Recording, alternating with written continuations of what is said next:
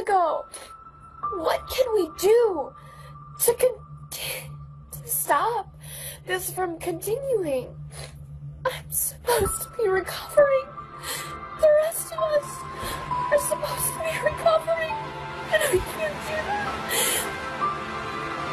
I can't do that if these things are still going to be happening.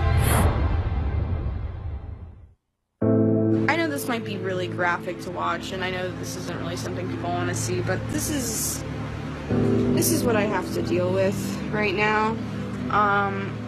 They did a really good job, and I don't deny that, but I'm in a lot of pain. So right now it's 5:53 a.m. and it's my first day back to school since the shooting. I don't know how I feel. I feel hurted. I feel angry. I just know that I have to go back to continue to learn and work, even when our politicians won't. In the morning, I usually meet up with my friend Helena, and unfortunately, she's not there, and I was kind of lost as to what to do. We were in the exact same spot as the shooter. He targeted that spot where I was. I mean, it's by a miracle that I wasn't shot because I was like right there. I'm in a weird mood right now. I don't really know what's going on. Marco Rubio needs to calm down, okay? He really got his feelings hurt, and I get that, but he needs to get over himself. He's acting out, and it's funny. Sometimes I forget that we are the high schoolers here. Last night, me and a couple of friends went back to the memorials. It's important to see why we're all doing what we're doing. So I'm going to be going back there every day, and I'm going to be crying, and I'm going to be sitting at each grave and just embracing it, because 17 people died, and we can't forget about them.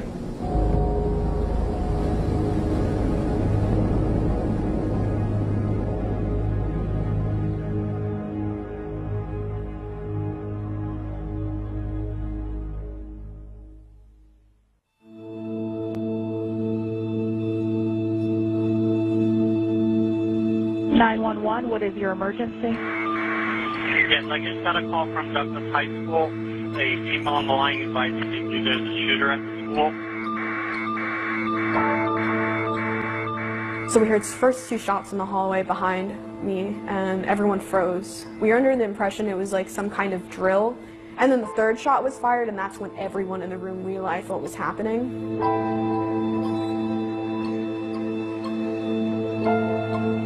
I heard the shots. I didn't move, and my friend Helena got up and she pushed my shoulder and said, "Sam." And then I got up, and then I'm like, this is real. Me and Samantha Grady were in the same class together. We did run to the same area, and we were sitting in the same corner with like a handful of kids. There was a fact running through my head: I'm not going to die. I knew I was not going to die today. The shooter came up to the window and started firing pretty indiscriminately across the room. And when I heard the shots, I dove to the floor and most likely hit my head on the way down. He shot, and I felt the heaviness of the bullet. I still didn't really believe I got shot until I seen the wounds themselves for myself. And I'm like, oh, this is real. This actually happened. I was shot directly one time in the leg, and then all of the other injuries are just of shrapnel from whatever bounced off the walls or the students that were next to me. And right here, here, and then along my face is where I got hit with shrapnel, and above my eye. He just kept firing over and over again, and Nick and Helena, they didn't make it. They got shot next to me as I was huddled next to all these other kids. I just seen my best friend die, and I remember thinking that. And then I'm crying, and then I'm like, I can't do that now. He's still here, because at that time he was still shooting into the classroom. I didn't want to bring any attention to me. She's got it right.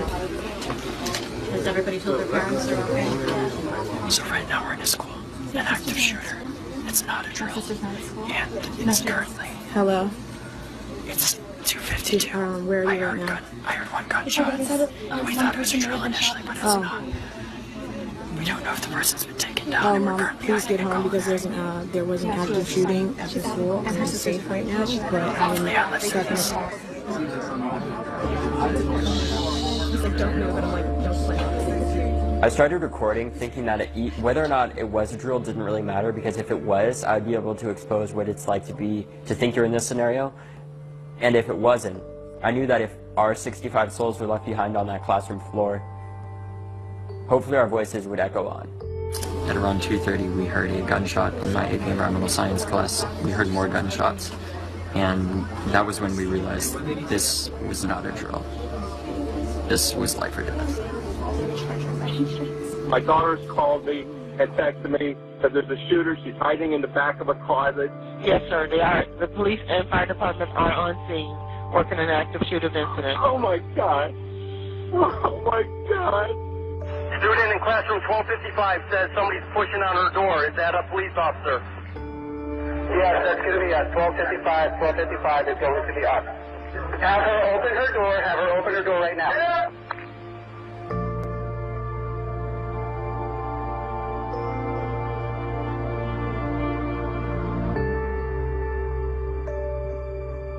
You were with your brother when the shooting took place? Yes, and Holden was the calmest person in the room because I didn't have the heart to tell him what was going on. Holden has special needs.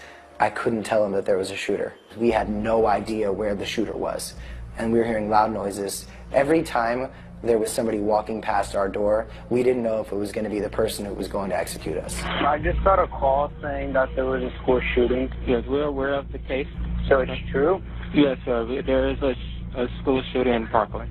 One of the scariest things was that there were some low-functioning, developmentally disabled students in the classroom who weren't sure what was going on, who weren't sure the stakes, and they were making noises. There was a young man who was, in a way, wailing. One of these children who didn't know what was going on could have accidentally attracted the shooter because we didn't know what was happening. And the second the SWAT team broke in our window and came in, I didn't know if that was a shooter. All right, so we made it out. You have him back. You dropped it right here. If you just walked up, don't go anywhere. Hold up. Correct. If you just showed up, stay here. Stay up here. Raise your hand. You have to know. We tried checking like Nick's pulse, and he was gone, and we tried checking Helena's, but she was overtly like shot in the chest, so that she was gone pretty much instantly. Helena was definitely my guardian angel on that day. Because she propelled me to move, it made me get into a position that was less exposed to the shooters. The fact that I'm sitting in this chair speaking is very much so contributed to Helena and what she did.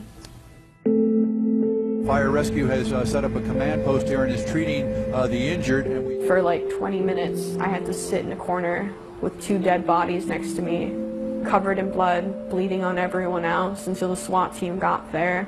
This appears to be a young lady who's conscious and alert. They're talking to the paramedics as she's put in the back of that fire rescue vehicle. He lifted me with from my arms. Like I looked back and like I saw like Nick and like Helena like laying next to each other, and I was like, that's like the last time I was going to see him. Okay, now I want to introduce Emma Gonzalez. They say that no laws could have been able to prevent the hundreds of senseless tragedies that have occurred.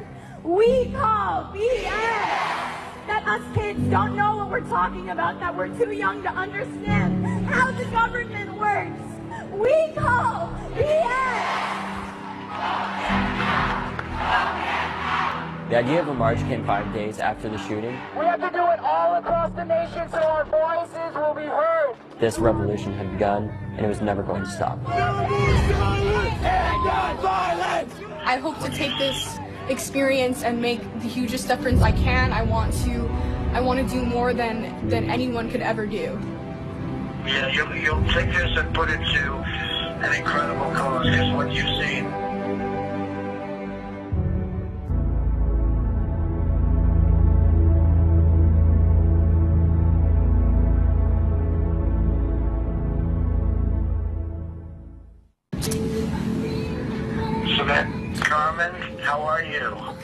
are you?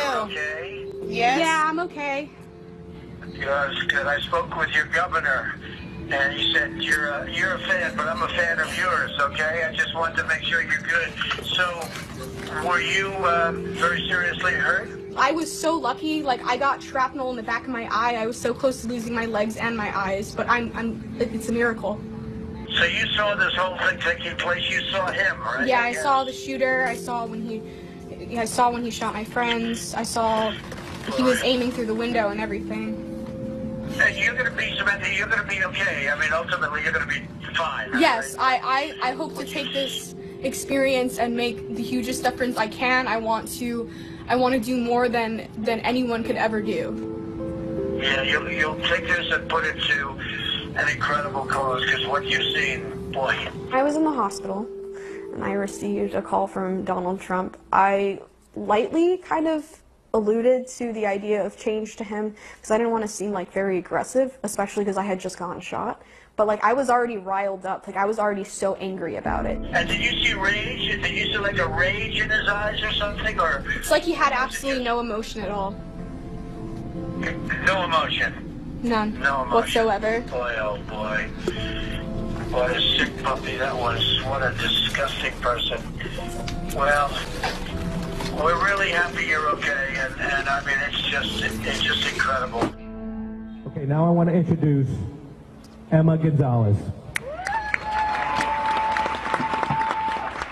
If us students have learned anything, it's that if you don't study, you will fail. And in this case, if you actively do nothing, people continually end up dead. So it's time to start doing something. To every politician who is taking donations from the NRA, shame on you.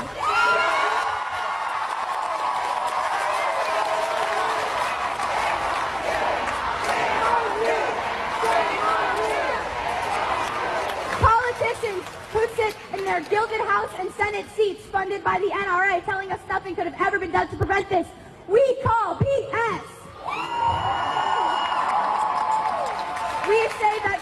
They say that tougher gun laws do not decrease gun violence.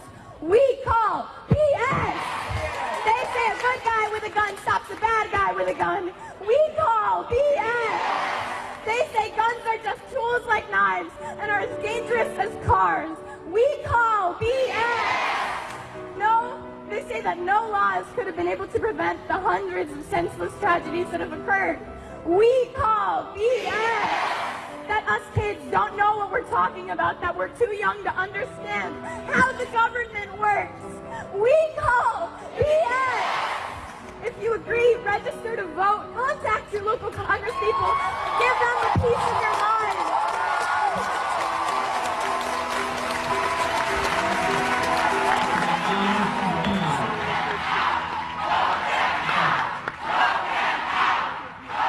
Emma's speech going viral for the movement meant a lot because it showed that we were being serious, that we weren't going to let people forget about this. This was our first really campaign rally, I guess you could say.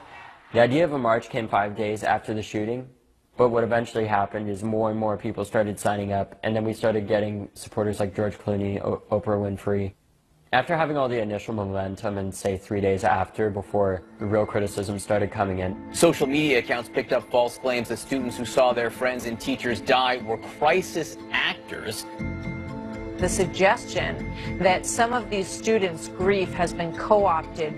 Crisis actors who travel to the sites of shootings to instigate fury against guns. Activists, they appear to have been coached. Do we really think 17-year-olds on their own are going to plan a nationwide rally? Why is it 4 kids out of 3,000, and why are they all in the drama club? Here's David Hogg, who can't remember his lines while being interviewed for television. The media is focusing on an agenda. Gun control agenda. A political agenda for the American left and the Democrat Party. This is totally political. Some of these accusations are now being promoted by the president's own son. Don Jr. liked some of these on Twitter. David, Kevin, appreciate you being with us. David, first of all, that Donald Trump Jr. is liking tweets espousing a conspiracy theory involving you and your dad. I'm wondering what goes through your mind when you hear that? I'm the son of a former FBI agent, and that is true. But as such, it is also true that I go to Stoneman Douglas High School, and I was a witness to this. I'm not a crisis actor. I'm somebody that had to witness this and live through this, and I continue to have to do that. But I'm also that it's unbelievable to me that these people are even saying this, and the fact that Donald Trump Jr. liked that post is disgusting to me. The fact that these people are being critical of me as a witness and partially as a victim to this incident and having to witness this and live through it again and again, it's unbelievable. I didn't ask for any of this. None of us asked to be put in this situation, and the core members especially did not ask for this type of notoriety. I had no idea that my speech was going to be broadcast nationally. My mom killed her battery trying to film it because she didn't think it was going to be anywhere. My name is a household name now. Type in E in the search bar and Emma Gonzalez's speech shows up. That's not me. I used to be a person. Then I don't feel like anything anymore. We will be the people that change America, that change the world. We have to do it all across the nation so our voices will be heard. We were preparing for the town hall that night, greeting kids that were walking out and thanking them. Because it showed that it happened at Marjorie Stoneman Douglas, but it affected the entire county. No more silence! And gun violence! No more silence! And gun violence! Some kids marching 10 miles, some kids marching 5, some kids marching 15 miles to our school to show this solidarity, to show this unity with us and what we were doing. It just shows that everything we were doing means something.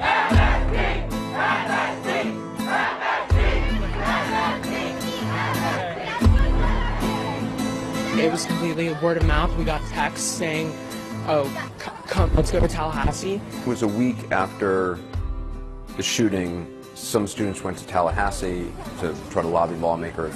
Well, I wasn't in Tallahassee. I stayed behind to continue doing press. You guys are being watched by the entire nation. And I got to hear texts of them saying, well, this politician didn't bother to show up. Or, this politician sidestepped the problem.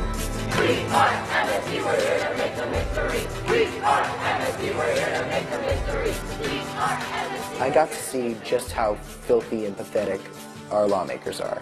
And that was important for us, because that made us realize that we can't sit back and expect change. We have to demand it. What do we want? When do we want it? Now! I want to bring in Cameron Kasky. He's a junior, and he has a question for Senator Rubio. Cameron? Senator Rubio, can you tell me right now that you will not accept a single donation from the NRA in the future?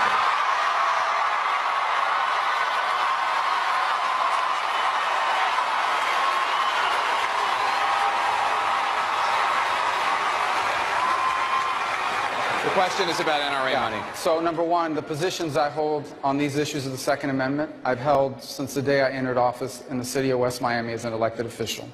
Number two, no, the answer to the question is that people buy into my agenda. And I do support the Second Amendment. And I also support the right of you and everyone here to be able to go to school and be safe. And I do support any law that would keep guns out of the hands of a deranged killer. And that's why I support the things that I have stood for and fought for during my time there. NRA money? More NRA money? That is the wrong way to look. First of all, the answer is people buy into my agenda. You can say no. Second, well, I just think that ultimately that is not our goal here. Our goal here is to move forward. Wait, so hold on. So right now, in the name of 17 people, you cannot ask the NRA to keep their money out of your campaign? I think in the name of 17 people, I can pledge to you that I will support any law that will prevent a killer like this. No, but I'm talking NRA money. No, because... matter of fact, I bet we can get people in here to give you exactly as much money as the NRA would have. But it's not. I understand. And you're right. Can you stand up and donate to that real quick? I'm in a weird mood right now. I don't really know what's going on. But more people are dropping the NRA, which is pretty funny. And, oh my God, Rubio today, that kid. Marco Rubio needs to calm down, okay? He really got his feelings hurt, and I get that, but he needs to get over himself. because at first he was taking it like a champ, and I was like, you know what, Rubio, good for you. But now he's acting out, and it's funny. Sometimes I forget that we're the high schoolers here.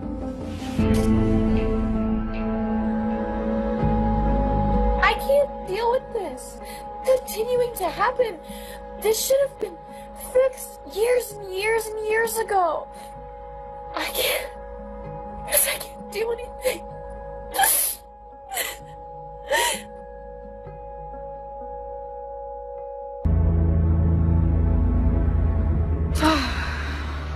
So this might be really real, but essentially the scabbing on my face fell out and all the stitches fell out, which is what they're supposed to do. I know this might be really graphic to watch, and I know that this isn't really something people want to see, but this is what I have to deal with right now. They did a really good job.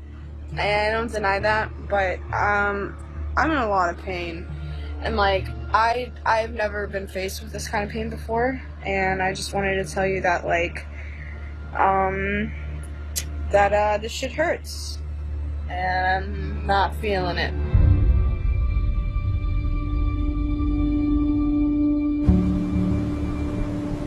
So today was an incredible day. Just got back from Washington, D.C.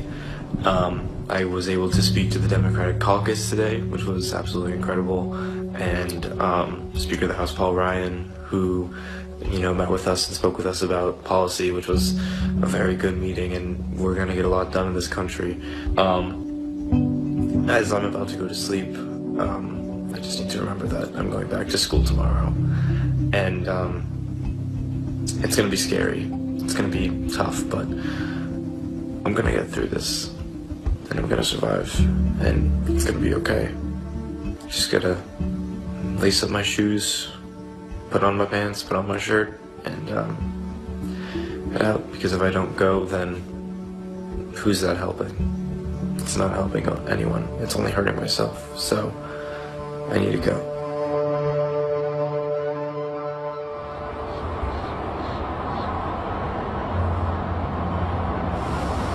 So right now it's 5:53 a.m. and it's my first day back to school since the shooting. I don't know how I feel. I feel worried. I feel angry. I just know that I have to go back to continue to learn and work, even when our politicians won't. No bill's been passed. None of our glass has been replaced with bulletproof glass. None of our locks are able to be locked from the inside. Right now, all we have is more guns, which is terrifying.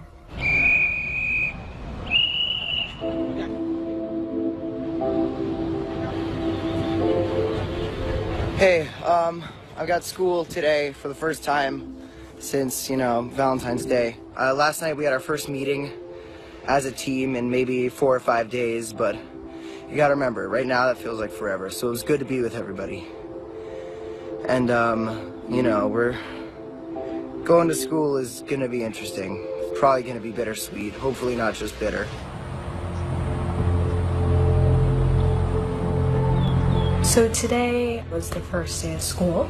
In the morning I usually meet up with my friend Helena, and unfortunately she's not there, and I was kind of lost as to what to do.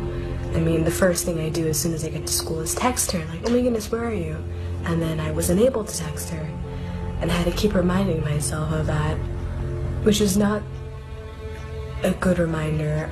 I don't want to go back there. I didn't feel like I should go back there.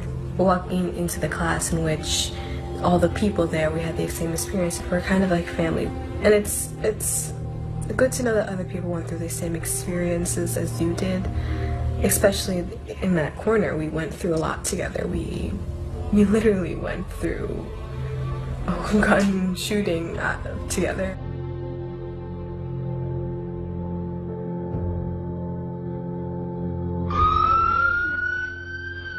Dalton High School in northern Georgia closed today after a teacher barricaded himself in a classroom and fired a gun out a window.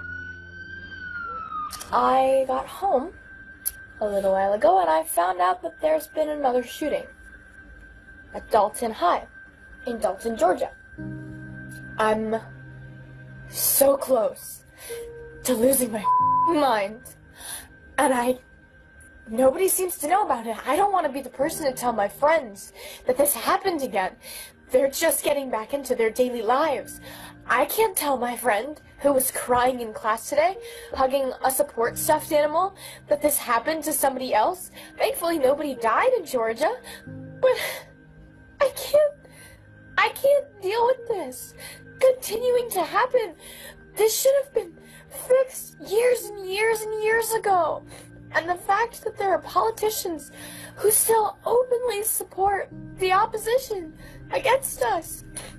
What can we do to stop this from continuing? I'm supposed to be recovering.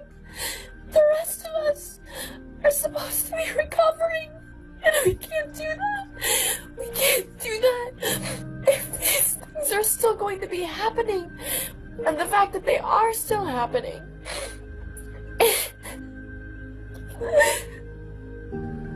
I can't. Because I can't do anything.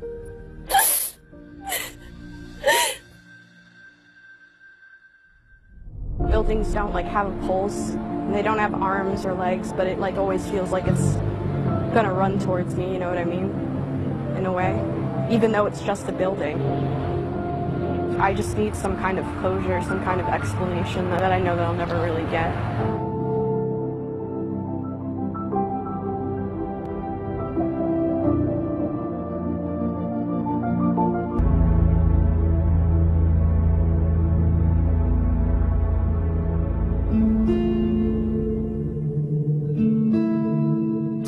Alright, so we're back to school. But back to school, and here we are, just laying in my bed at 8:40 p.m. at night. I'm finishing the rest of my schooling online. I'm physically recovering, and I have so many doctor's appointments and engagements that I need to be at, so I'd be missing a lot of school anyways. It's weird because I'm not sitting in a classroom full of students, not talking to anybody, just I'm here by myself. And I guess I kind of miss that. But then again, school isn't the way it used to be, I suppose. So, I'm missing something that isn't really a reality for me right now.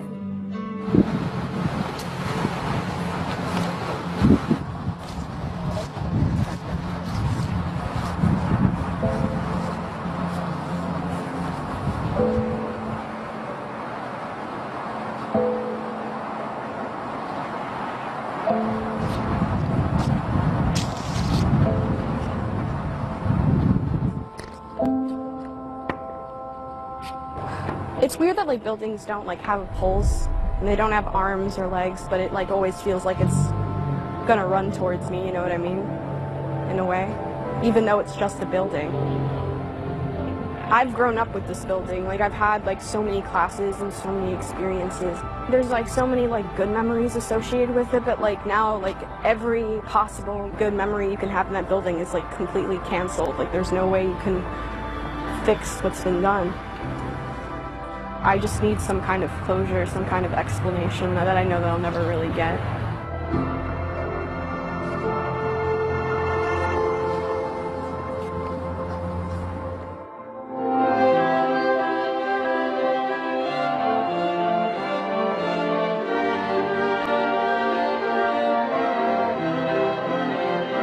My faith means everything to me.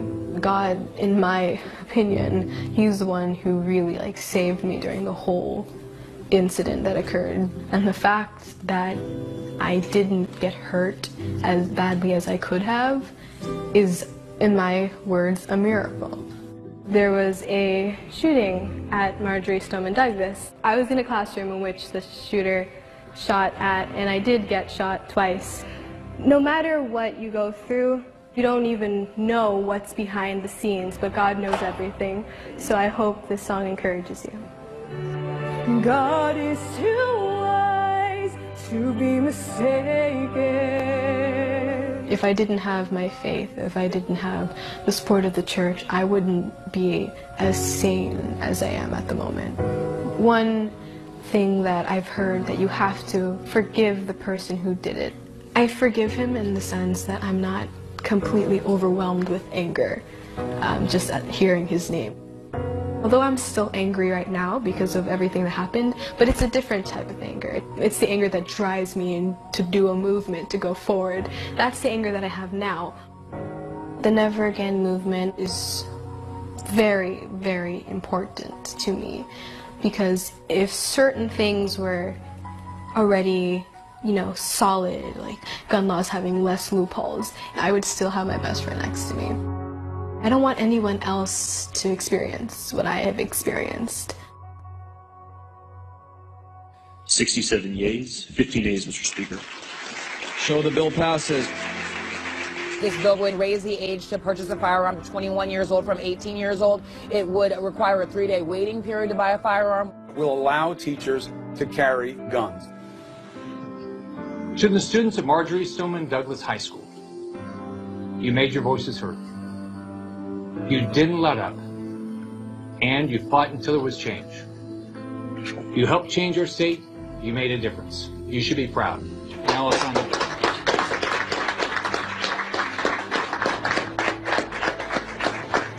With the bill that was passed, it's a good thing. It's a good first step, and it's important. But it also had the provision for arming some teachers, so I'm not 100% with it. All we can do is hope for the little things in the beginning and hope that they build up and make them build up and force ourselves into the offices of these people so that they can't back away from this. They think that they've satiated this, that they think that we're good now. We gave them what they want. It's fine. They'll leave us alone now. That's not in any way what's going to happen. They haven't seen the worst of us yet. Being a victim of gun violence has nothing to do with my stance on the Second Amendment or the rights of the free people of the United States of America. There has been a lot of pushback from adults who say, look, why should a group of kids be telling adults what rights they should and shouldn't have in terms of firearms? Because this would happen with the Vietnam War. You know, the voting age got pushed down from 21 to 18 because people were being drafted against their will because they hadn't voted for the war that the country was involved in. Same thing's happening here. We're being treated like we're in a war zone. We were never drafted for this war. We shouldn't be placed in situations where we're constantly being torn between, do I hide behind someone? Do I jump in front of someone? Will my teacher, who might potentially be armed, have to shoot someone that they've known for the past 3 years? Will they accidentally shoot me in the crossfire? We know what's going on. And just because we're young doesn't mean that we're blind to what's happening. You're not gonna knock us down, we'll get back up again. Everybody on my team and I, we looked at each other and we said, we have changed the world. Leaders don't create followers, they create other leaders. We led this fight, and from that, everybody is stepping up. We'll get back up again. You may have hurt us, but I promise we'll be stronger, and we're not gonna let you in. We're putting up a fight. You may have brought the dark, but together we will shine the light, and whoa.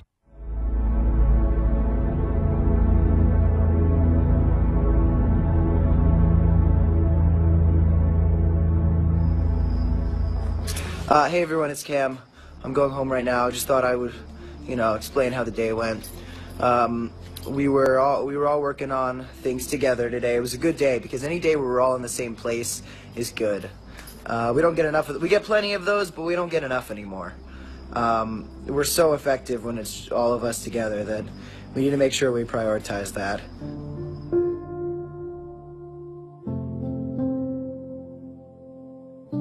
It's great that you guys feel okay to speak out, but why should a bunch of kids tell adults what they can and can't do? Well, we're the kids from the ruins of the system that they destroyed.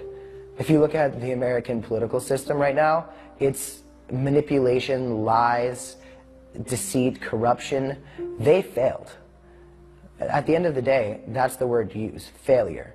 The generations before us have completely corrupted any sort of political system that would have made this country great. We are stepping forward and saying, we are rebuilding the world that you destroyed around us. When we forget why we have to get out and vote, these children's lives are taken, but we're not going to let that happen. We're going to take this to midterms. We're going to take this across the nation and across the world because our future is too important. Thank you. Thank you so much.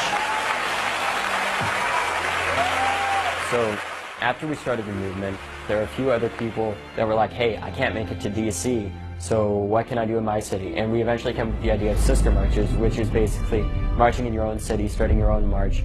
We have over 600 marches worldwide, just unbelievable support from all around. And it shows that there is change coming, because if not now, with these politicians, it'll be with the next generations, because we will outlive them.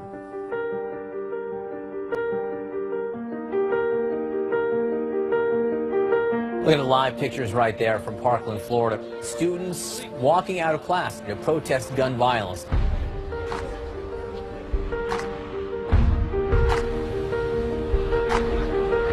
This is just an outpouring of support from around the nation, around the country, and around the world too, where students are standing up, speaking out against our election officials. And we're really working together to make sure that these 17 people remember. I think it's a good prelude to the march. We're at the march, we're at the walkout. We all walked down, we stood, and then we all honored those who we lost. We love you, Helena. Always and forever. Always and forever. Gonna raise up our voices so we'll never ever fall. We're done with all your little games.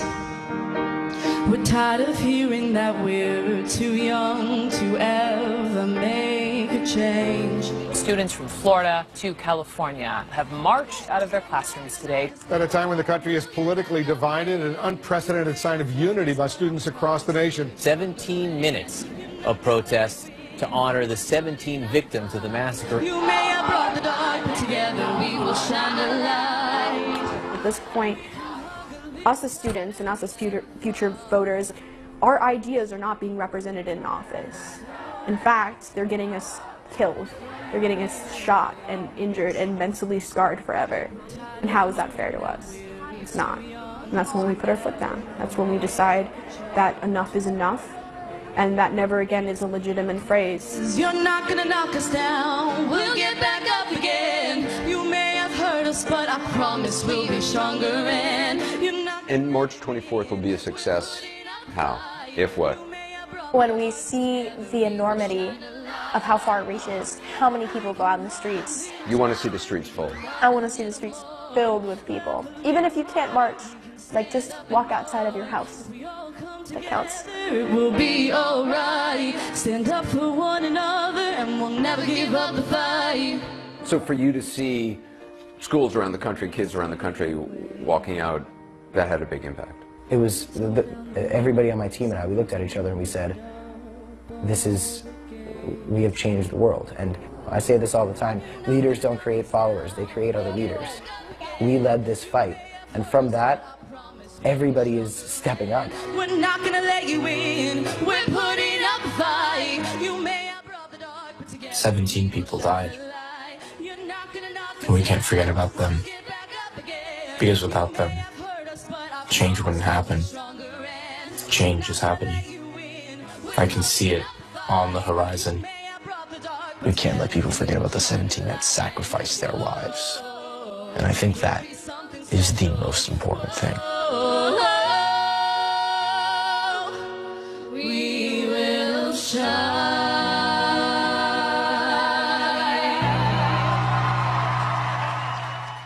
Define your graph.